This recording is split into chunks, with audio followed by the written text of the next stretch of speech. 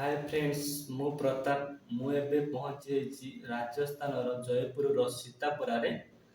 First ମୁଁ ଟ୍ରେନ୍‌ରେ ଆସିଲି।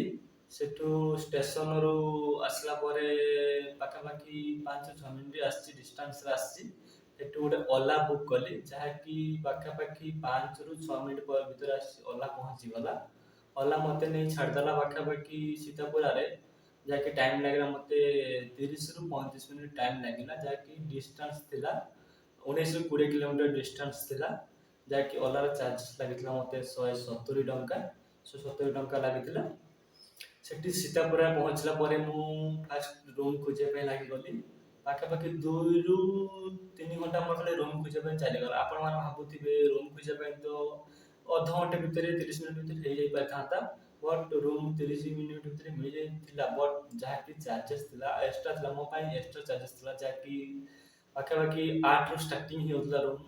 ମୁଁ ଖୋଜୁଥିଲି କି 4ରୁ 5,000 ଟଙ୍କା ଭିତରେ। ଫାଇନାଲି 2ରୁ 3 ଘଣ୍ଟା ଖୋଜିଲା ପରେ ମୋତେ ଫାଇନାଲି ଗୋଟେ ରୁମ୍ ମିଳିଗଲା, ଯାହାକି କଷ୍ଟ ଥିଲା 4,500।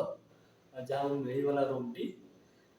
ଏଠି ମୁଁ ରାଜସ୍ଥାନରେ ଆସିଛି ଆପଣମାନଙ୍କୁ ଏଠିକାର ଫେମସ୍ ପ୍ଲେସ୍ ଗୁଡ଼ାକ ସବୁ ଜାଗା ଦେଖେଇବି। ଏଠିକାର ଫେମସ୍ ମାର୍କେଟ ଦେଖେଇବି। ଏଠି ରାଜସ୍ଥାନର ସବୁକିଛି ଫେମସ୍ ଦେଖେଇବି। ଆଉ ଓଡ଼ିଶାର ପ୍ରାଇସ୍ ଆଉ ରାଜସ୍ଥାନର ପ୍ରାଇସ୍ ସବୁ କିସ କିସ ଡିଫରେନ୍ସ ଅଛି ସେଗୁଡ଼ା ସବୁ ଆପଣଙ୍କୁ ଦେଖେଇବି, ଜଣେଇବି। ଯଦି ଆପଣମାନଙ୍କୁ ମୋ ଭିଡ଼ିଓ ଭଲ ଲାଗିଛି ଚ୍ୟାନେଲଟିକୁ ସବସ୍କ୍ରାଇବ୍ କରି ପାଖରେ ଥିବା ନୋଟିଫିକେସନ୍ ବେଲ୍‌କୁ ଅନ୍ କରିଦିଅନ୍ତୁ, ଯାହାଫଳରେ କି ସର୍ବପ୍ରଥମେ ଆପଣମାନଙ୍କ ପାଖରେ ମୋ ଭିଡ଼ିଓ ପହଞ୍ଚିପାରିବ। ଆଜି ପାଇଁ ଏତିକି। ପୁଣି ଦେଖା ହେବା ନେକ୍ସଟ ଭିଡ଼ିଓରେ।